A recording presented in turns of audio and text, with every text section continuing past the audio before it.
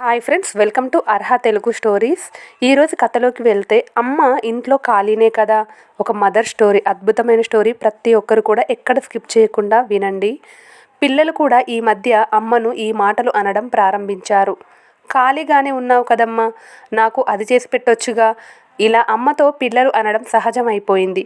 నాన్నగారి మాటలను విని పిల్లలు కూడా ఇలా తయారయ్యారు.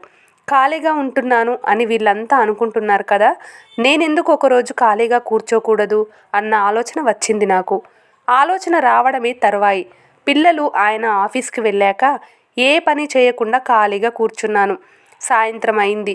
పిల్లలు ఇంటికి వచ్చారు. వస్తూనే ఇంటి ముందు పిల్లలు వేసుకున్న షూ పాలిష్ మూత తెరిచి ఉంది. చెప్పుల స్టాండు చిందరవందరగా ఉంది. అమ్మకి ఏమైంది, ఇవన్నీ ఎందుకు సర్దలేదు అనుకుంటూ, అమ్మా ఎక్కడున్నావు, ఆకలవుతుందే, ఏమైనా పెట్టు అంటూ వస్తున్నారు. జవాబు లేదు. తొందరగా కాస్త పాలైనా ఇవ్వమ్మా అన్నారు. జవాబు లేదు. అమ్మ పలకడం లేదేంటి అని అమ్మను వెతకసాగారు.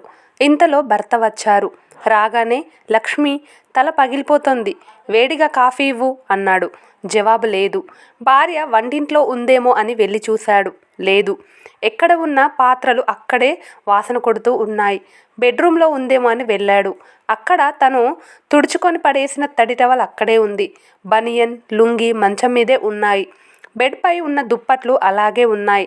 లక్ష్మి కనపడకపోయేసరికి పిల్లలు, భర్త తనని వెతుక్కుంటూ మేడపైకి వెళ్ళారు. అక్కడ నవల చదువుతూ, బఠానీలు తింటూ కనపడింది లక్ష్మి. ఏంటమ్మా ఇక్కడ ఇలా కూర్చొని ఉన్నావు, ఆకలవుతోంది, ఏదైనా పెట్టు అన్నారు పిల్లలు. ఆఫీసులో పని ఒత్తిడితో తల పగిలిపోతోంది, కాఫీ అన్నారు. కాఫీ పెడదువు గాని రా అని భర్త అన్నారు. లక్ష్మి ఇలా అంది. నేను ఒక్కరోజు ఖాళీగా కూర్చుంటే ఎలా ఉంటుందో చూద్దామని ఖాళీగా కూర్చున్నాను. అమ్మ ఖాళీగా కూర్చుంటే ఇల్లు ఇంత దరిద్రంగా ఉంటుందని అప్పటికే గమనించారు పిల్లలు, భర్త. తమ తప్పును తెలుసుకొని ఇలా అన్నారు. లక్ష్మి సారీనే అంటాడు. సరే, నీకు కూడా నేనే కాఫీ కలుపుకొని వస్తాను, ఇక్కడే ఉండు సరేనా అన్నాడు భర్త. మేము నీకు స్నాక్స్ చేస్తాం ఉండమ్మా అన్నారు పిల్లలు. ఖాళీగా